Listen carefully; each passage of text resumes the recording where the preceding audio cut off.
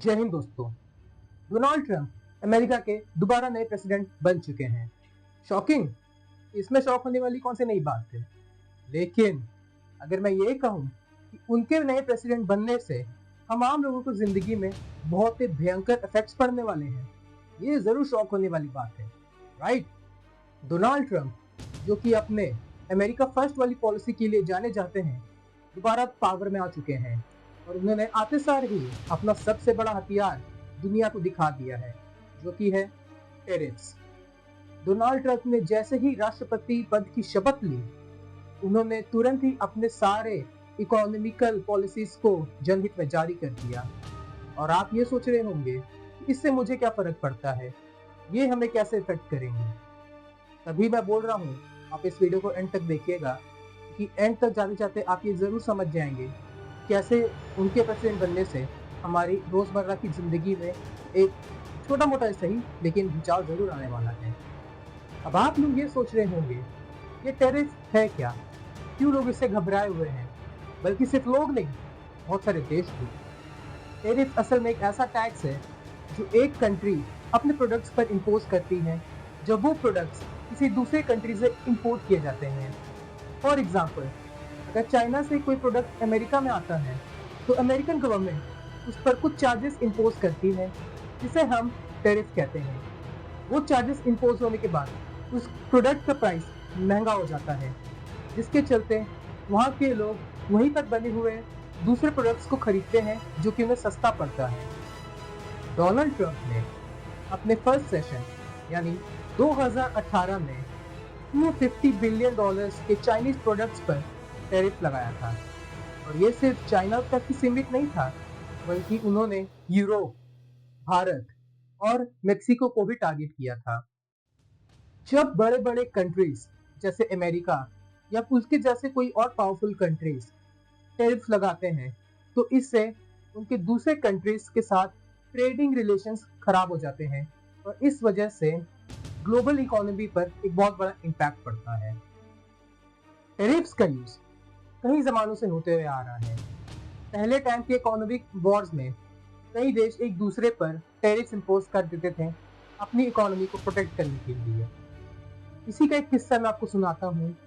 चलिए चलते हैं हम 1930s अमेरिका में, जब smooth hall tariff act impose हुआ था। जब अमेरिका ग्रेट डिप्रेशन दौर से गुजर रहा था, तब उसने अपने सारी दुनिया के साथ संबंध बंद कर दिए थे, ट्रेड्स बंद कर दिए थे, जिसकी वजह से एक ग्लोबल इकोनॉमिक डिजास्टर आ गया था। अमेरिका भी काफी इंडस्ट्रीज बंद हो गई थी और इसका इम्पैक्ट पूरी दुनिया पर पड़ा था। जहां अमेरिका आज फिर से टैरिफ्स लगा रहा है चाइना और इंडिया पर, लोगों का डरना जायज है। ये कहीं हमें फिर से एक ग्लोबल इकोनॉमिक क्राइसिस की तरफ ना ढकेले। पहले के जमाने में जंगें इतनी पेचीदा नहीं हुआ करती थी। हथियार उठाओ, मार डालो एक दूसरे को, जैसे कि वर्ल्ड वॉर 2 में हुआ था। लेकिन आज के ज़माने में जंग काफ़ी अलग तरीके से लड़ी जाती है।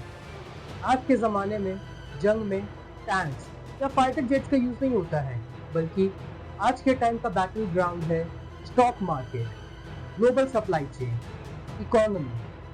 जी हाँ, अगर आपको किसी देश को एकदम झंझोड़ के रख देना हो, तो आप उसके डिफेंस पर नहीं, बल्कि आप उसकी इकोनॉमी पर अटैक करेंगे, क्योंकि एक देश की इकोनॉमी ही उसकी सोल होती है।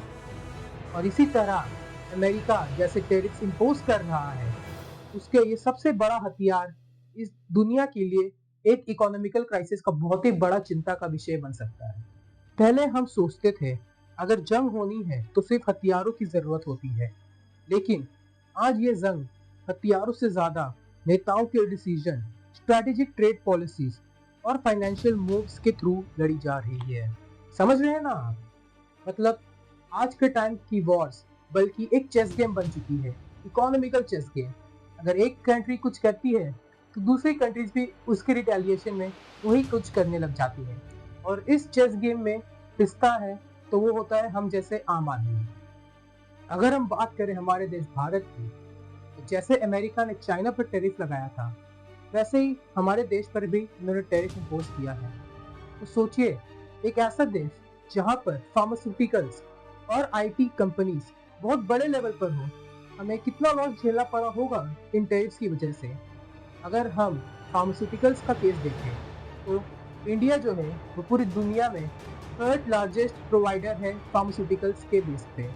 लेकिन जो अमेरिका ने जो $5 बिलियन का टैरिफ लगाया हमारे फार्मास्यूटिकल्स कंपनीज पर, इस वजह से हमारी फार्मास्यूटिकल कंपनीज को अमेरिकन क्लाइंट्स के साथ अपना कॉन्ट्रैक्ट कैंसिल करना पड़ा, जिनका सीधा सीधा इफेक्ट हमारी फार्मास्यूटिकल कंपनीज के रेवेन्यू पर पड़ा। अगर हम बात करें आईटी सर्विसेज की, तो टीसीएस और इन्फोसिस जैसी कंपनी जो हर साल $22 बिलियन का बिजनेस अमेरिका के साथ करती थी, उनके लिए भी मुश्किलें आई हैं। ट्रम्प के टैरिफ्स ने इंडियन आईटी एक्सपोर्ट्स को स्लो कर दिया है और इंडिया में जॉब्स का प्रेशर बढ़ गया है। लेकिन अगर इन टैरिफ्स की वजह से सबसे ज़्यादा वर्स्ट इफेक्ट किसी पर पड़ा है तो वो है हमारी इंडियन करेंसी पर। जी हाँ, जहाँ पहले $1 के बदले हमारा INR कन्वर्जन रेट 74 रुपीज़ था, वो आज 84 रुपीज़ पर पहुंच चुका है, जिसका मतलब ये है कि हमारा इंडियन करेंसी और भी ज़्यादा वीक हो चुका है। सिर्फ इंडियन करेंसी की बात करें तो हमारे ग्रोसरी स्टोर्स के बिल्स पर 20% का हाइक आ चुका है इन टैरिफ्स की वजह से। यानी कि जो राशन आप पहले 1000 रुपये का डालते थे, अब वो आप 1200 रुपये का डालोगे। सोचो इससे हमें कितना अफेक्ट पड़ेगा, हमारी रोजमर्रा की सेविंग्स पर कितना अफेक्ट पड़ेगा। काफी डरा देने वाला सवाल है कि हम इस सब से कैसे बचेंगे। तो इसका एक सीधा सा जवाब है, वो है सेल्फ रिलायंसनेस। हमें अपना मेक इन इंडिया वाला ये जो एजेंडा है उसे और भी जोरों शोरों से बढ़ाना होगा। हमें हमारे प्रोडक्ट्स को ग्लोबल लेवल पर कम्पिटिटिव बनाना होगा, जिससे लोग हमारे देश के प्रोडक्ट्स को ज़्यादा खरीदे और इससे हमारी इस दुनिया में चल रही एक ग्लोबल ट्रेड वॉर में और अच्छी पकड़ बन सके। हमें अपने एक्सपोर्ट स्ट्रेटजीज को डाइवर्सिफाई करना होगा।